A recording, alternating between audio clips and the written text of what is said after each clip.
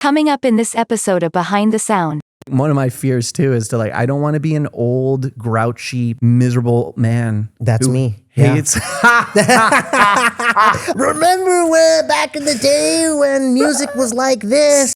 You don't have to try to live your life. I never chose this life, man. The mic chose me. Since I could write, I was reciting Kane and Kumo D. It's going down, people gather around. Grab a mic, let's rap, it's behind the sound. It's going down, people gather around. Grab a mic, let's rap, it's behind the sound. Welcome to this episode of Behind the Sound.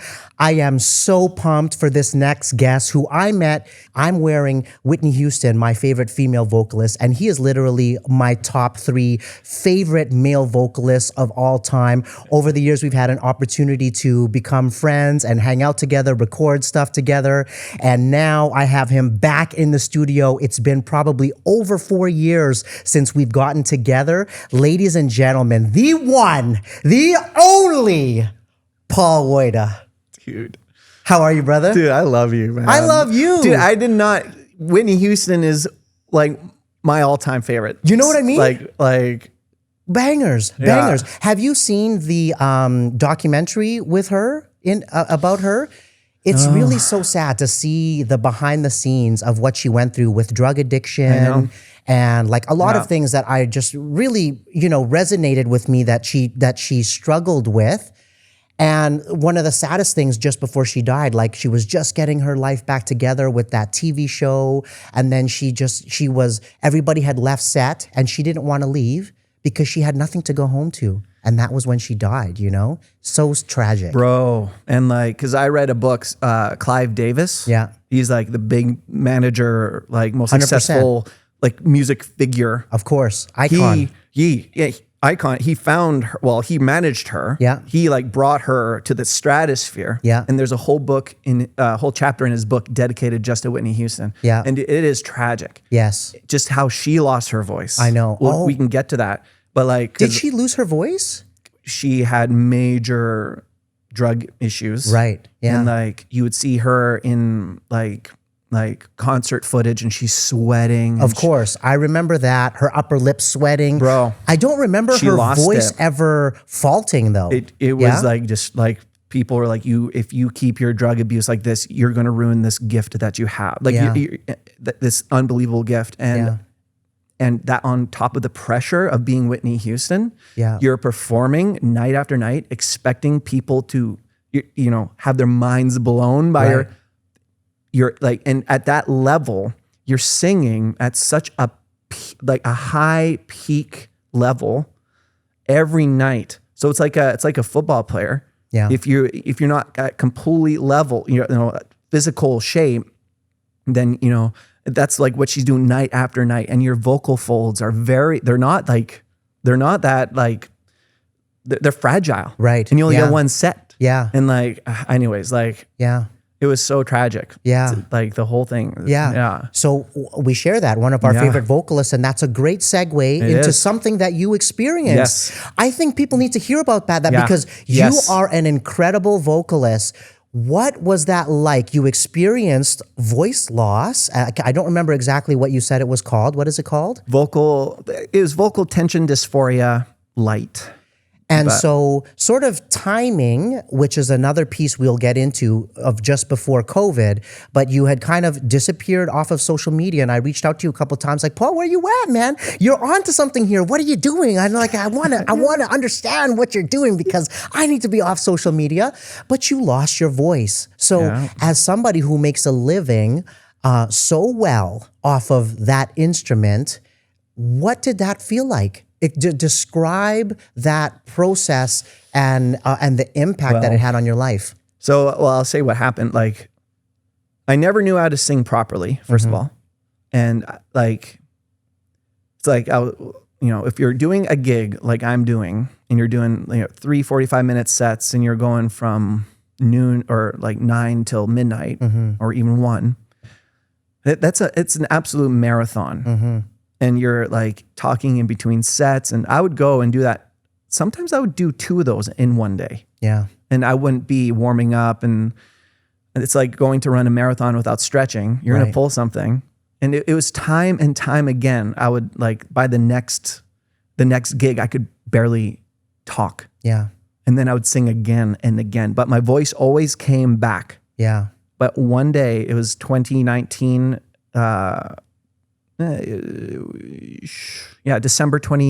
December 2019, it didn't come back. It just didn't come back. Scary. Yeah. And so I remember I had reached out to you about, hey, come to the studio, let's do something. Let's shoot something. And you're like, dude, I lost my voice. I was like, what do you mean you lost your voice? You sing like an animal every night. You've never lost your voice. Yeah. And it's the terrifying thing is whenever you're dealing with like some kind of like health issue, one of the worst things you can do is Google it. Yeah. It just causes so much anxiety because you hear the horror stories that people go through, and you will be shocked how many people lose their voice, singing voice. Really? Like even like celebrities, like Adele, she had it really bad. She had nodules. She had to get vocal surgery. Right. Julie Andrews, who was like old, like the Hills are Sound of Music. She had nodules. Oh wow. She was like a famous singer in the, I don't know what the decade was, but she had vocal surgery. Yeah. Ruined her voice forever. Wow. And now she was a singing movie star. Yeah. An incredible one too. Yeah. You know, jump back into that, but Sound of Music was one of the first things I learned to put in the VHS player and watch over and over and over when I was 3 years old. So, oh my goodness. You didn't know that she lost her voice, eh? Yeah. That's incredible. And like John Mayer, Stevie Nicks, like that. So Fleetwood Mac canceled 3 times at Rogers because of her voice. Yeah. I could tell you one after another. Josh Clausen, one half of Jing and Jock, also has nodules. Really? Yeah. So he's looking at it's not. I don't think it's too serious yet, but he's looking at it and getting some stuff done. Okay, dude. And his career, right? Yeah. We are in similar situations. You know, like he has a golden voice. Yeah. He was made for TV. Yeah. And that is his instrument. Yeah. And the best way to describe, because you were asking how it felt, there is actually a documentary of the Backstreet Boys. And Brian, he had the exact same thing. Yeah. Vocal tension dysphonia. Yeah. The nicest voice of all of those guys too. He was the best singer. Yeah. He was the Jordan. Yeah. And the latest addition too. Did you know that? No, I didn't He almost didn't even make it in the band. No way. Yeah. He was like the last minute addition, but yeah, go on. Yeah. And so there's like a whole documentary on the Backstreet Boys, and it shows a session of him with his vocal, not vocal coach, but he was doing vocal rehab, and just trying to see him try and sing the way he used to be able to. Yeah. And then he just starts, goes straight to the eyes, and he starts crying, and he's like, I just can't do what I used to be able to do. That's what it felt like. Gosh. And it was like funny, but to say it, but it was like traumatic. Yeah. Like I would try and sing songs and notes that I was easily able to sing. Yeah. And it was like, no, it was so scary. I didn't want to, like, every single day for 2 hours, 6 days a week during COVID, it was like, just, I didn't know if I'd be able to sing ever again. Yeah. But I did it every single day. Yeah. Yeah. So kids, take care of your voice.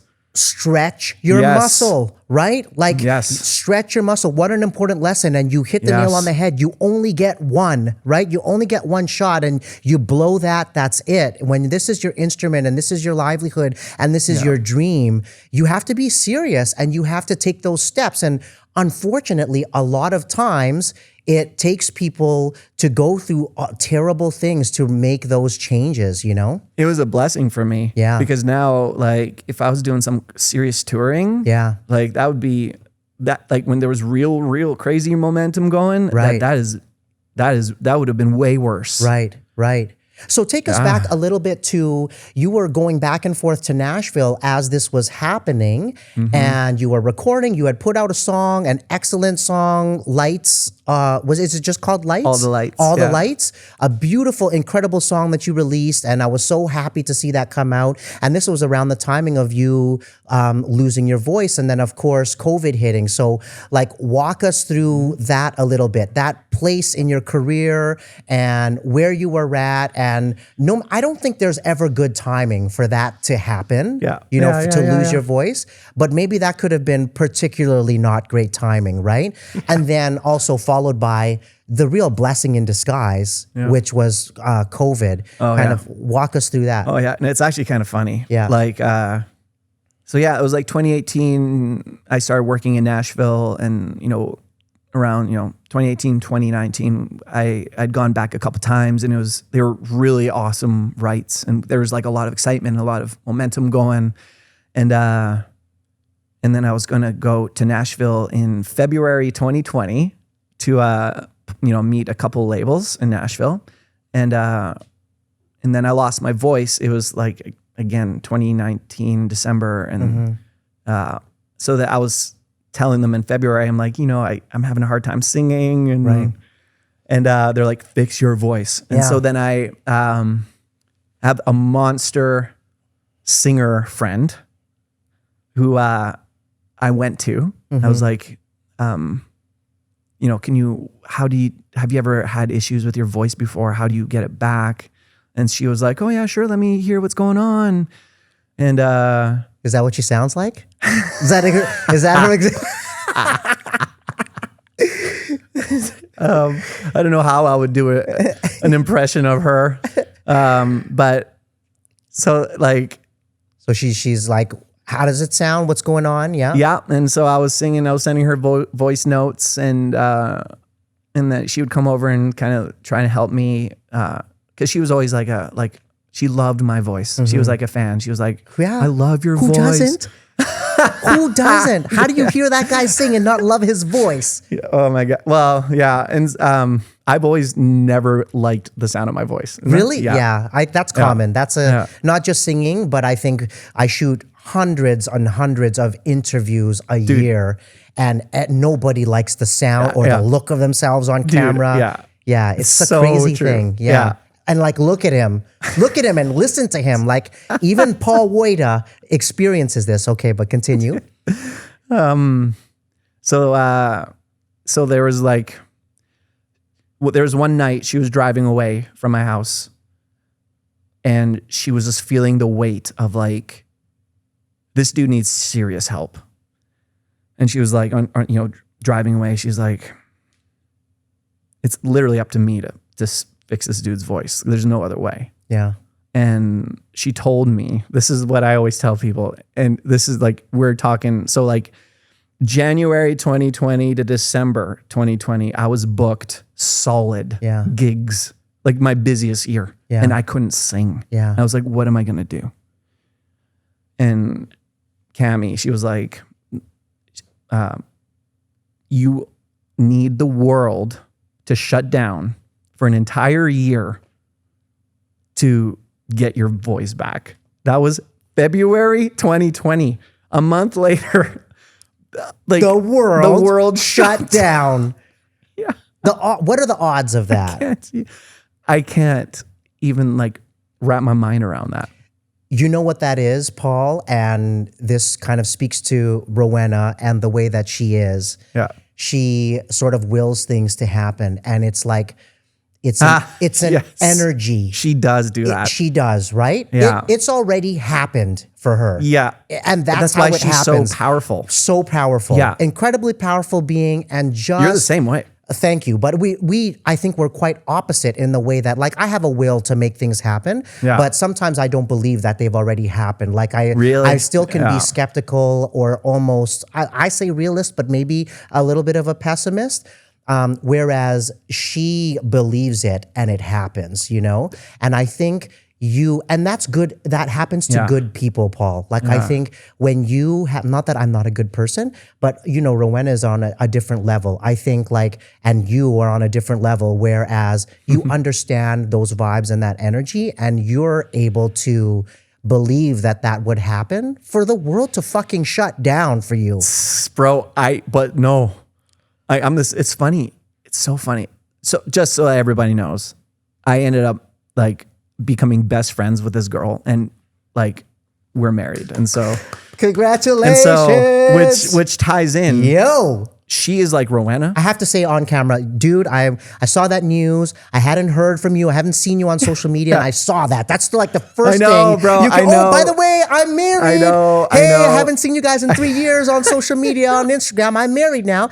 And my heart just lit up. Like I couldn't have been buddy. more Yeah. excited for you. And Yeah. you deserve all of those things. So continue. Buddy, Yeah. thank you. But it's so funny. It ties in perfectly. Yeah.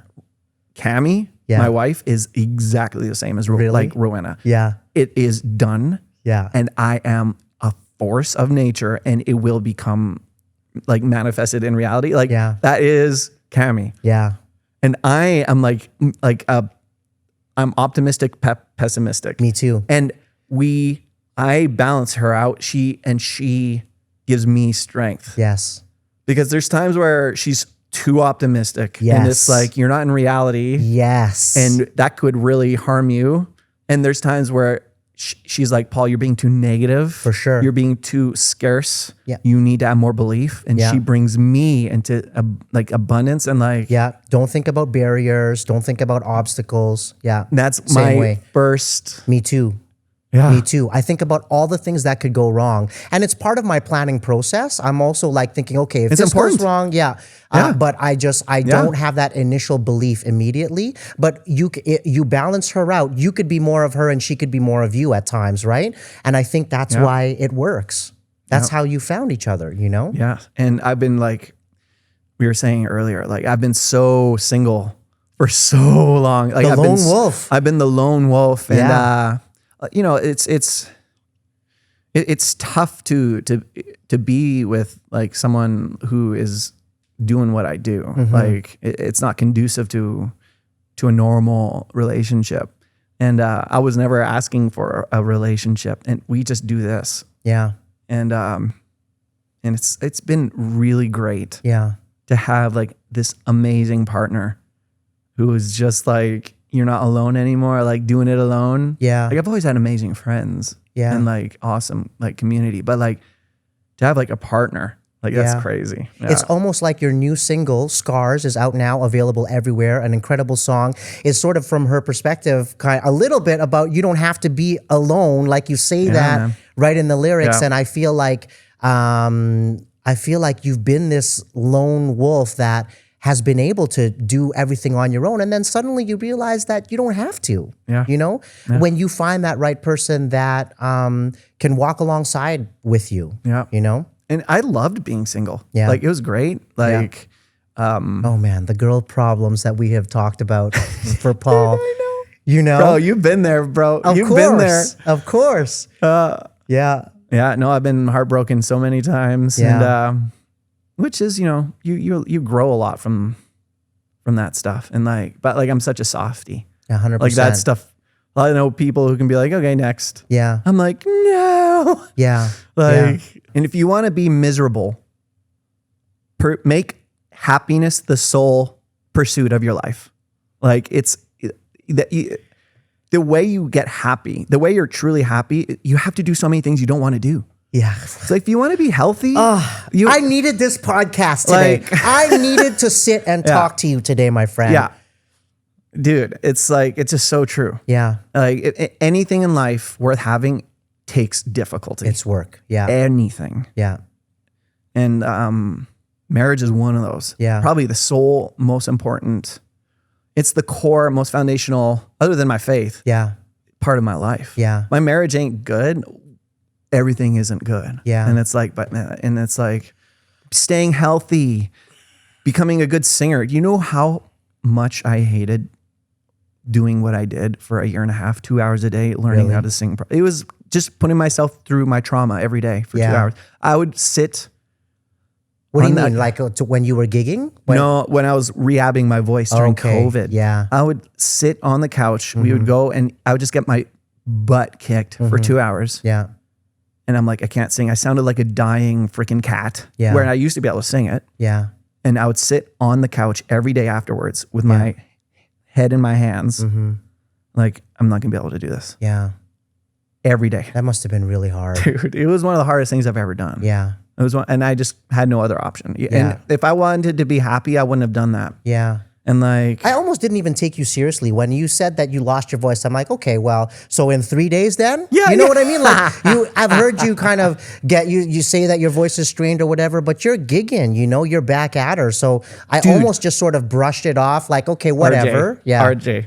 There is a video that Cammie took of me. I was singing a song, and I remember what I felt. It was like in the worst of my voice. Yeah. And I was singing in public. Yeah. And I was watching myself. Yeah. And I was like so miserable. Every single note I was singing, I was like, I can't sing anymore. It was pain, like heart pain every time I opened my mouth, and it was like, I sound awful. It's cool now to watch these things because I've done it. Like I've come out and I'm better than I've ever been. Yeah. Like, Practicing the right things and giving your voice a break and warming up and all of these things that unfortunately are hard lessons, but I think are gonna carry you through the rest of your career. Absolutely. And like back to the making happiness because everybody wants to be happy. Yeah. Everybody wants to be happy. Yeah. But the way this world is to become like really happy. It's almost like for me, there's so many different ways to look at the world. I can only speak from my point of view. For me, I'm so like driven by purpose. Like I want to wake up and feel like my fear is to wake up without purpose. Every morning I wake up, I'm so excited to do the best I can that day. To grow a little bit, to become a little bit better at writing, to be a little bit better at mixing and producing, to be a little bit better at singing, to be a little bit smarter, to be a little bit better husband, a little bit, everything. And it's so I'm excited every day. I have purpose. And for me, the dream is to be so like competent at something, so good at something that it feels effortless. That takes so many hours. There's no shortcut around hours to get to that point. And then from there, it's like effortless. And then you can really reach people through, you know what I mean? Like where like you always study these people who are the best at what they do. Like Ed Sheeran, he'll write like 30,000 songs. And now like Sia is one of my favorites. Sia, and she's written a bajillion songs, and now she can write a song in 15 minutes, and it's the best thing. And for sure, yeah, that doesn't come from happiness. That comes from work, shedding. Yeah, just going into the shed and like sharpening your tools and like 100%. But like the fruit of that is like, and I was even listening to a podcast that's like, if you want to be miserable, make the purpose of your marriage to be happy. You know what I mean? And like for me, there's a lot of times like I do, because I'm so selfish. Like there's so many times that I have to do something that I just don't want to do. Right. Yeah. For her. Yeah. And like whatever, it could be so simple. Yeah. Like picking up milk on the way home, and 100%. I have a million things. So annoying. Yeah. You're not busy already. And you get the text like, hey, it's like, no, I can't. But yeah, you're right. There's all those little things. Yeah. But you do those things you want to do, and what an amazing relationship you have. Right. And it's like, yeah. I think that's one thing our generation has lost. Yeah. That is really dangerous. Yeah. We can't make it the point to be happy. Yeah. Because it's non-negotiable. Everyone wants to be happy. Right. Getting back to purpose, talk to me a little bit about that, because shining through that United Way song and a lot of your music and a lot of your posts that you talk about are really when something has helped somebody, like you're so grateful when your music, you love the creativity part of it, but you're even more so when you're able to help people and I feel like that's a real part of your purpose. Like you had no choice but to do that. It's sort of within you. What is that like? Describe that part of your purpose a little bit. Bro. So I remember years and years ago, I was pursuing music. Well, it was before that. So because you asked like how have I learned what I've learned? It's because to become a musician, entrepreneur, I learned early on, if I don't grow, I'm gonna die. Yeah. I'm gonna get slaughtered. I'm gonna sink. So I grow or I die. And so I remember it was early on, like man, I was just leaving music school in early 20s and being like, what am I gonna do with my life? I just have this deep desire to help people. I just love people. That's a gift I have. Is I just have a genuine like I think people are the most amazing thing. Like I could just talk to a stranger and be genuinely interested in their life story. Yeah. Because everyone has the craziest story you would never know. Yeah. And I connect to them. Like I am them. Yeah. We're the same. Nobody is different. Yeah. And so it's like I just get so much. And early on, I just saw the reward of investing in people. Even in high school, I was just like, the reward of loving and investing in people is beyond what you could ever imagine. It's more rewarding than money. More like it's. Most high schoolers aren't thinking that way, by the way. Just so you know.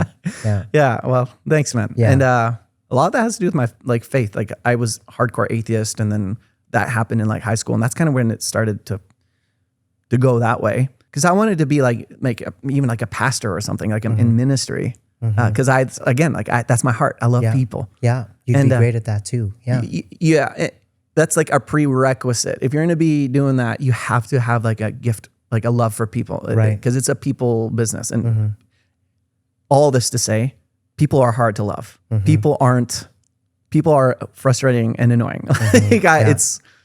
I remember saying this too, like to a friend of mine, like one of the biggest things that any human should invest in, one of the most important things any human should invest in, time and energy, is having and cultivating a love for humanity. Like we are all on this planet together. And like, instead of, because it is so natural to skew towards pessimism as you get older and not. Like one of my fears too is to like, I don't want to be an old, grouchy, miserable man. That's me. Hates. I am that grumpy old dude. You were so not. Remember when back in the day when music was like this and we spent, that's me. Yeah. But Dude, I see that coming up in me, dude. Yeah. I see me going, this frustrates me. I want to really talk back to this person like with a sharp edge. Yes. I'm like, what's coming up? Like, what's the deal? Yeah. But anyways, so I was like, either that or become a doctor. I just want to help people. Like, and I remember sitting on my couch at my mom's, and I always tell this to my brother. Because he changed my life in this moment. I was sitting on the couch. I'm like, I just want to help people. And he was like, Paul, have you seen people when they're listening to their favorite songs? Yeah. Have you seen how music affects humanity? Yeah. It was that moment that I was like, this is my purpose. Yeah. I'm going to help people. And I didn't ask for the music gift, but it was given to me. Like my whole family is very musical. Yeah. And it's what I'm good at. Crazy. Yeah. Like it's what I naturally am good at. Like when I was like, whatever, like 7 years old, I could hear a song and just like play it by ear, whatever. Like my whole family's been that way. And so it's like whenever you find, people will say the thing where it's like, what are you good at? What are you passionate about? Yeah. Make a living doing that. Yeah. And I started out, bro, and everything was against me. Like everyone thought I was crazy. Like, what are you doing? That is a hobby. Be responsible, get a big boy adult job. Sure. Yeah. And for years, people thought I was insane. And all I would do is I would teach from 2 or 3:30 till whatever 9. I'd come home and I'd practice till 6 a.m. Yeah. Wake up. I did that for years. Yeah. And then one, like it was around 2015 that I kind of came out, and like it was about a year from that point that I became a full-time musician. Good for you, man. Yeah. Yeah. Was that scary What were you doing? So you were Terrifying. teaching, you had like steady Yeah. income, and then Yes, sir, dude. what It did was- you, I was it remember a the gig or moment. was it a moment? Yeah. I remember Okay. the moment. Yeah. Because I was able to kind of gig and teach because I was gigging so infrequently. And it kind of got to the point where I had this big opportunity to play open for this person. And I was begging my boss, I'm like, is there any way I can get this day off? Right. And he was like, no, you have No. to teach. Well, that's it. It was that moment where I'm like, okay. And it's miraculous, dude. I've never not been able to pay rent Yeah. off of a gig. And Yeah. but at that point, we're talking 2014 maybe. Yeah. Maybe it was probably actually 2015. I wouldn't book more than a week in advance, but I would always get something. Yeah. Even if it was singing on a street corner It's that energy, baby. with a guitar case open. Yeah. I will sing for your baby shower. I Yeah. will sing for your wedding, funeral, whatever. Yeah. And it was just like hustle, hustle, hustle. Yeah. And I would sing in the blistering heat for 6 hours. Yeah. And then I would sing at a patio. Yeah. And then I would sing in Calgary Yeah. and then drive home. And it was just insane. And it's a snowball effect too, right? Because the more you're playing, the more you're gigging, the more people are seeing you. But and at the same time, you're working on your craft, you're getting better. So people who don't have the opportunities to gig all the time, it's different. It's different than playing in your living room, playing in front of people. The how much better you get learning your voice and learning your instrument. When you have to judge it on or base it on the reactions of the people in front of you and kind of be there in the moment, right? you couldn't have said it better. Yeah. You see when you're singing in front of people. Like I will like rehearse a Radiohead song in Yeah. the basement and be like, people are going to lose their mind. Yeah. And then I'll go out and I'll sing it. Yeah. And people are like, what is this weird thing? Yeah. Yeah. And then Yeah. I'll sing the market will let you know. Yeah. And then I'll sing like what was popular back then, like whatever, like a Justin Bieber song. Yeah. Or like And then people lose their minds. Ed Sheeran, because my voice is very similar in his range. I would sing Ed Sheeran. I wasn't trying to sing too high. Yeah. I would always try to sing too high. Yeah. And then I started covering Ed Sheeran because he sits well in my Right. voice. Yeah. And people would be like, hey, that's good. Yeah. You would never, you could be in your basement for 10 years. Yeah. And that one moment in public, you learn more For sure. than in the 10 years. Like, For sure. Yeah. you couldn't have said it better. Yeah, and that's the business side of it, right? Yeah. There's the talent side of it and your creative and your passion. But if the market doesn't respond to that, and don't get me wrong, you have to start with something you love. No matter what, you've got to put it out there and record something and make a record that like, you know what? This is fucking awesome. I'm ready for somebody to hear this. And then you'll know. You'll know as long as you're happy and you love that, then you put it out there and the market has to respond and they'll tell you. Bro, listen to this. So I spent 3 years in my basement learning how to record and whatever. I released like an album that was very like orchestral and symphonic and compositional and all these things. Yeah. And I had a CD, and then I bought a looper Yeah. just to learn how to play guitar. Yeah. Just for no reason other than to practice guitar. Yeah. And then for fun, I stumbled across 2 songs that Yeah. could loop. Yeah. And so for my CD release party, Yeah. it took me 3 years to get to this moment. And I filled up this place with all my friends and family. And I thought singing along to tracks was going to be the coolest thing. Yeah. That it was going to be like, where is that coming from? Yeah. It's magic. Yeah. I did my whole CD release. It was all to tracks except for 2 songs, Yeah. which were to a looper. Yeah. And as it turns out, if you're singing to tracks, it's just karaoke. Yeah. It just turns out that I'm playing to karaoke and people are like, it is not cool. But Right. people are like, whatever.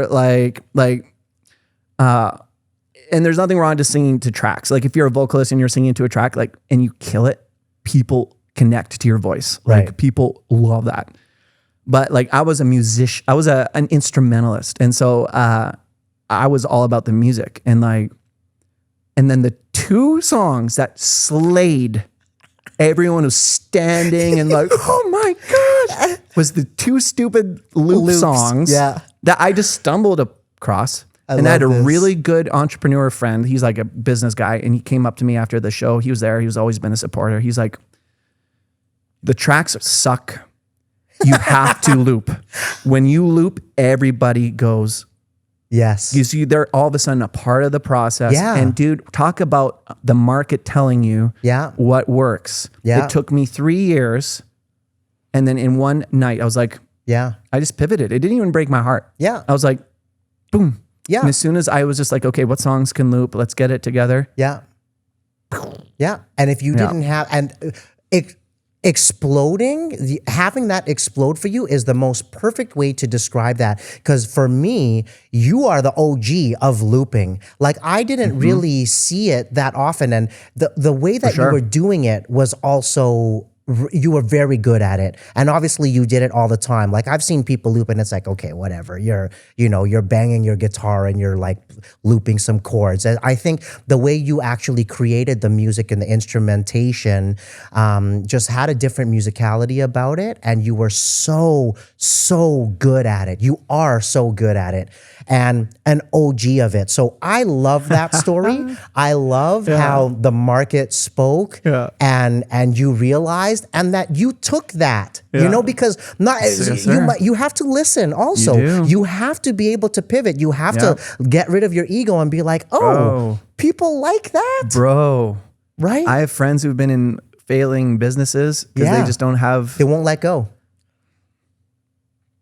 Exactly. And man, I would never have, when I first started, I was like, how on earth is this why would anybody pay me to sing for them? Yeah. Why would anyone, their hard-earned money, why would they give it to me to sit and sing? Yeah. And I've been all over the world. People have flown me all over the world. I've been all over America, all over Canada. Yeah. And I've made a good living. Yeah. And you don't have to know how you're going to do it. Nobody knows how they're going to do it. Yeah. And it's different for everybody too, right? There's so many different ways. Yeah. Yeah. Let's talk about that a little bit because you were going back and forth to Nashville. You released that record. There was some label interest at that time, but you've always been independent, and you look at stories like Russ of these crazy, independent, building their audience undeniably where you've got like this billion-person audience that are just super fans of what you do without any label. And now labels aren't really signing until they know that you've got an audience. But then at that point, do you need them? Do you need the label? Dude. Right? No. So like there's just so many different ways that even just in 10 short years from when I was putting out records and there wasn't really the internet yet. There was like 200 people in front of you maybe that you were speaking to. And it was just a different time. So speak to that a little bit. Like what is harder? What is easier about that, where you've got the internet and this avenue that you have your audience now? Do you need a label to do that? That is a big one. So it's never, there's never been a time ever where you have every tool, every tool. I can open up my laptop. I have every plugin and every instrument that the biggest producer has, like in their, like the biggest LA producer. Yeah. Any mixer, like I have the software and to do it. Sure. Huge hits have been made with the exact tools in front of me. Right. And it's like, and then there's YouTube. I can upload I can make music videos. Then there's, CD Baby, TuneCore, Spotify. Distribution. TikTok. It's insane. You are a label. You are your own label. It's just the difference is you're the only one. It's crazy because when you're working in a label, the thing that's really cool about it is it's hard to compete with that because let's say you have somebody who's just worked on singing their whole life and they're just like the best singer. Okay. and then they're matched with someone who's just written songs their whole life and they can just write songs. Right. And then that's matched with somebody who just has produced their whole life. Right. And then mixers and then marketers. And so you get this insane product. That's just like, whoa. And so it's like to do everything kind of everyone who's the best at their niche and they all come together. Like that's hard to kind of come up against. Right. But the thing with being on your own is there's a cooler story. Mm-hmm. It's a cooler story to be like, yo, I wrote this myself in my basement. Mm-hmm. Here is the session. Mm-hmm. I'll walk you through the session, and then people love that connection because you're not a product. For sure. Yeah. The other version is kind of a product. Yeah. You have to be completely manufactured in such a way that it sells because labels are making zero money. Right. There's zero room for error. Right. And so it's a very cool, like for any artist out there, it's all, if you're independent, it's kind of about your story more than anything. Yeah. Yeah.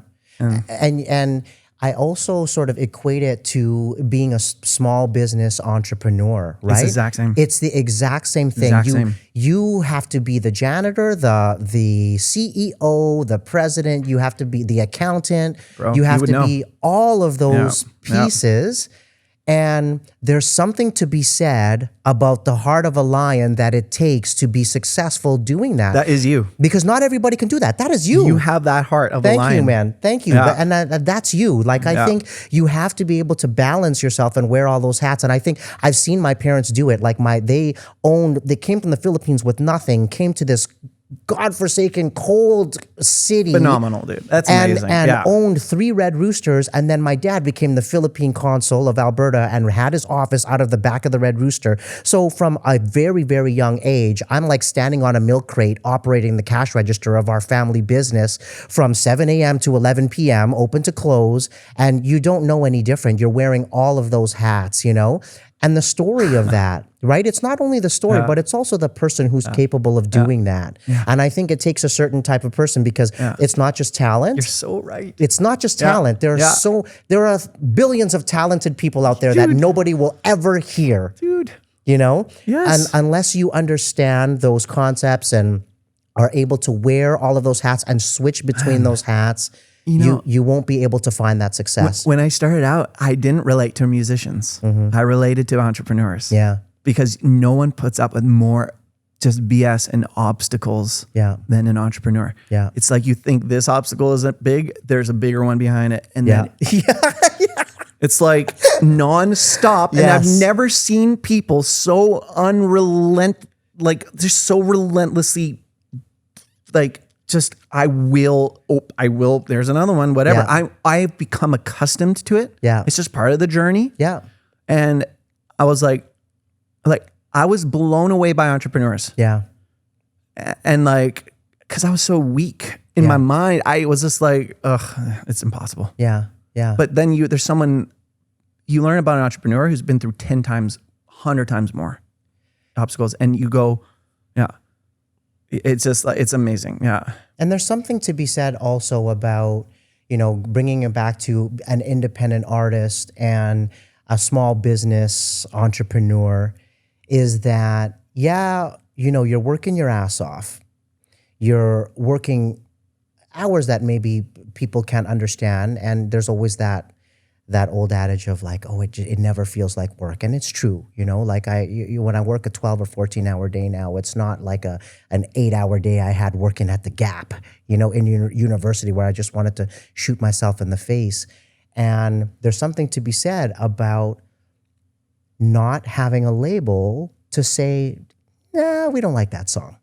Or let's work on a song that's more like this, I think it's like, you call your shots. You've worked your ass off to have the freedom and the ability and the skill set to make those decisions and do them well. And I have really, really amazing support here. Yeah, I've been gigging for a while, and a lot of times I have amazing conversations with people afterwards, and like they become like family. Yeah. And it was amazing when I came back how many people were like, I've missed you in my life. Yeah. Yeah. Like I've missed you too. I've missed your voice. Yes. I've just missed, like, you realize, like, this is deep stuff, but every everybody has a them-shaped hole in this world that only they can fill. And it's just the truth for everybody. Everybody has more impact than they could ever possibly imagine. If they just be themselves, a little good goes so far. So far. And like, I saw that. I was like, I have a place in this world, in these people's lives. I didn't even know it existed. Yeah. You know? And like, I've had people message me like, this song has saved my life, literally. Yeah. This song has gotten me through the hardest times of my life. Or like, just again, like, I missed you. So good to have you back, to see you back. Like, and those things are, it just, I find that more rewarding than almost anything. Yeah. Yeah. Let's talk about that really quickly. I because I reached out to you a few times when you disappeared off of social media, and I was going through my own struggles at the same time. I was, dealing with a lot of personal things. Business was stressing me out. Social media was stressing me out. I've always had to work on in my adult life this battle of external validation. And in this world of like social media, we're just so abundant where it's like about likes and follows and all of these things and content creation. And I was finding myself coupled with personal hardships, like, what am I really fucking doing here? What am I doing this because it's a cool piece of content that I can shoot, or am I like just living my life, And I really, I reached out to you. I'm like, why are you not on social media anymore? Because you were so heavy on social media. I remember being in the studio with you, and it was like a play-by-play. You're telling your followers on Instagram, and you were so good at it. And I tried to like take a piece of that. And then when you were off social media, I'm like, I think I need to take a piece of this playbook too. So what was that like? And I know you mentioned it's really good to come back. And I think you're coming back from a different place. Completely different place. Yeah. I'm older now, I mean, it is very difficult to escape that whole vicious cycle. Yeah. Because the tough thing is there is reality. Yeah. About, the importance of likes and, whatever. And especially from, a small business standpoint and an artist standpoint. Yes. You do have to consider those things, right? Yeah. And it is very worth trying and striving to make your content the best it can be, to reach as many people as you can. Like, those are all very good and valid things. Like, you want to be really good at what you do. Like, that's just, even because it feels good to be proud of what you do. Of course. The thing is this, it is such a horrible, endless, bottomless pit. Yes. You find people like Bono, you don't get bigger than Bono. I'll never forget, I don't know if people remember how long ago this was now, but it was like when Apple like made their deal with U2. Yeah. And they got their song. Yeah. They're on all the iPods, and people hated it. Yeah. People felt like, this is invasion of my... Yeah, it got automatically downloaded. Yeah. That shuffled into my iPod for years before I was able to finally delete that. Right. Yeah. And the thing that fascinated me was this. I saw an interview after. Yeah. And it was U2, and they were just answering questions. And one of them was, this woman was like, why did you put my song or your song on my iPod? Yeah. You shouldn't have done that. Yeah. Shame on you. Yeah. And Bono was like, everybody in this world is making noise. And sometimes you just want to make noise louder than other people. Yeah. And I'm sorry. Yeah. That blew my mind. Bono is trying to make louder noise still. Of course. And he is playing 100,000 seat venues. Sure. Yeah. It's not enough for him. No, he still because has where do you go from there, right? You still have to better yourself. It's after still that. not Yeah. enough. Yeah. Ed Sheeran said the same thing. Ed Sheeran was saying in an interview, he was like, I was playing at this stadium and they were so loud that you felt the columns and the foundation like Shaking. Yeah. And he's like, but you find this weird part of you that's like, this isn't enough. Yeah. There has to be something more. Yeah. And it's the exact same with social media. Yeah. How many people do you find who have the hundreds of millions of followers and hundreds of millions of likes who are just like, I've done it, I've made it, I feel validated, Right. I'm where I want to be. Never. It's the opposite. It Yeah. becomes more of a machine of I have to feed myself. For sure. More insecure. For sure. There's no end to it. So, and because I deal with the same things where it's like, what's the point of me writing a song? Yeah. What's the point of me learning how to sing better? I've been doing this every day. It gets so tedious. Yeah. And it becomes work. And there's so many struggles with your mental health and with your like, why do I do this? Yeah. And it's one thing that's really, really helped me is there is no destination. Mm-hmm. There is absolutely no, if Bono hasn't arrived. Right. Yeah. Yeah. And I've already gone farther than I ever thought I could. Yeah. There's one thing if you hate your job, like if I was working in my summer jobs, what I used to do, sweeping warehouse, like I almost went insane sweeping at warehouses. Yeah. Like I love my life every day. I wake up. I don't think I would be much happier Yeah.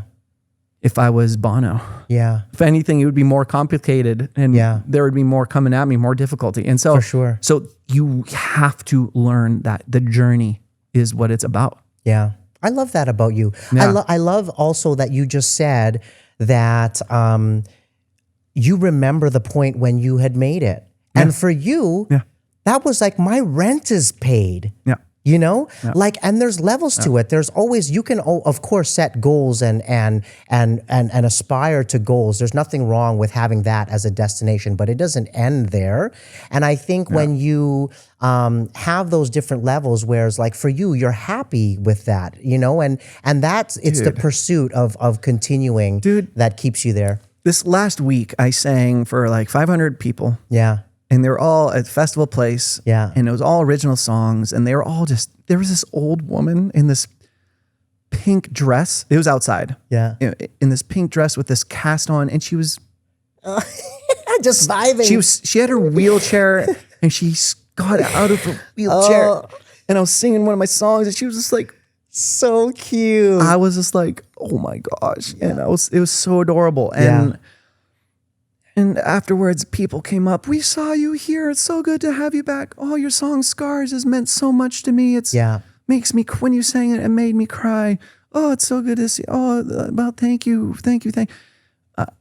And then the next day, I drove out to this party and I just sang for a bunch of people who were like, oh my gosh, it's so good to have you. Thank you. And then I sang at a wedding and they're like, man, you just made our wedding so much better. Thank you. What's your card? What's your information? And I'm making good money doing this. Yeah. What a blessing. Yeah.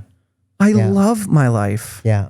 I sing and make people's lives better. And a huge difference is I see everybody at their best. Yeah. Nobody is like at their worst at a freaking funeral or a wedding. Yeah. Or at a party. Right. They're there to have fun. 100%. It's a dream job. Yeah.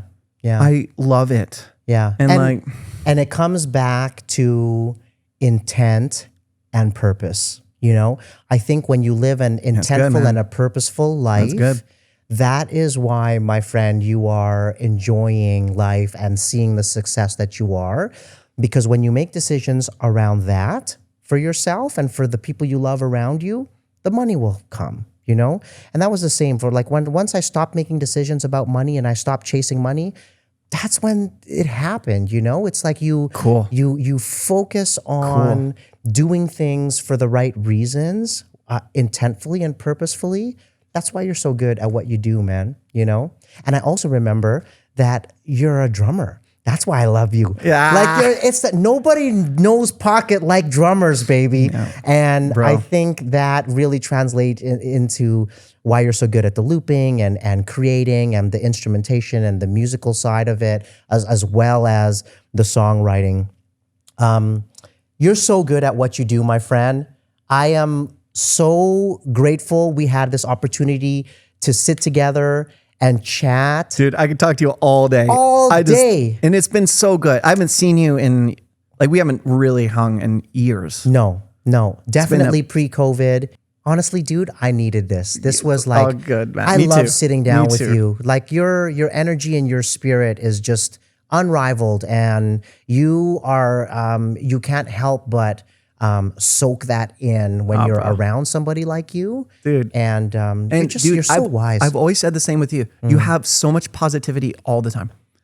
You've just always been just so like, thank you. And man. you're just like, we're gonna do this. We're gonna get It's it. you, man. It's you. Seriously, I feel like we can do anything when we're talking. That's why I feel like no matter what it is, you know, whatever song or whatever we happen to be talking about at the time, I have 100% trust and confidence in you, and that I think what you're seeing in me is just a reflection of you. Bro, man, I feel that. I honestly really, really appreciate that. I appreciate you, bro.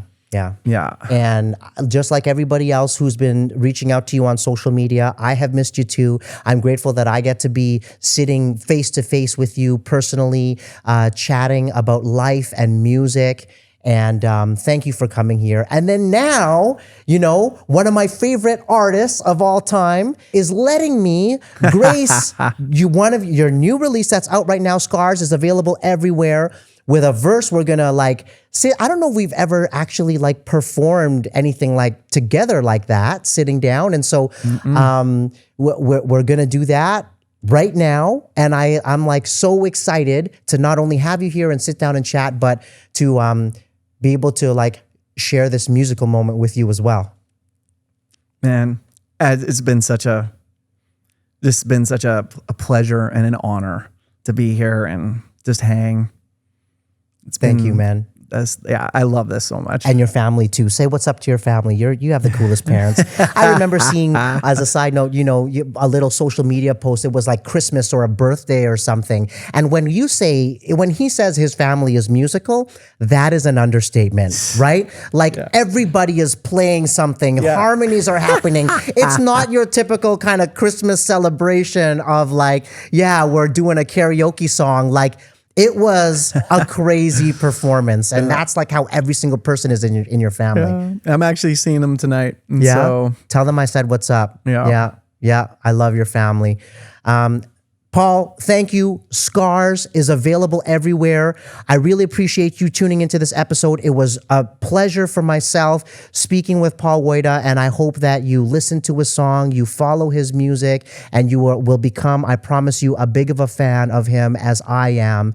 And thank you for watching this episode of Behind the Sound. We hope you got something out of music and life and listening to Paul's story. And thank you for tuning in. But let's jump in the get shit done booth, baby. yes.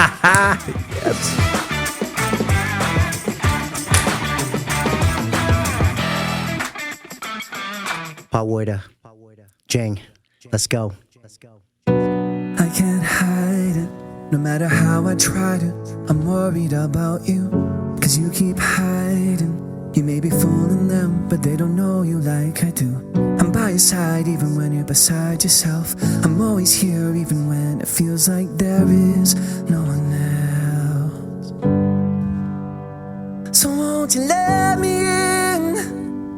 Let me love you till you learn to love yourself again. You don't have to try to live your life alone.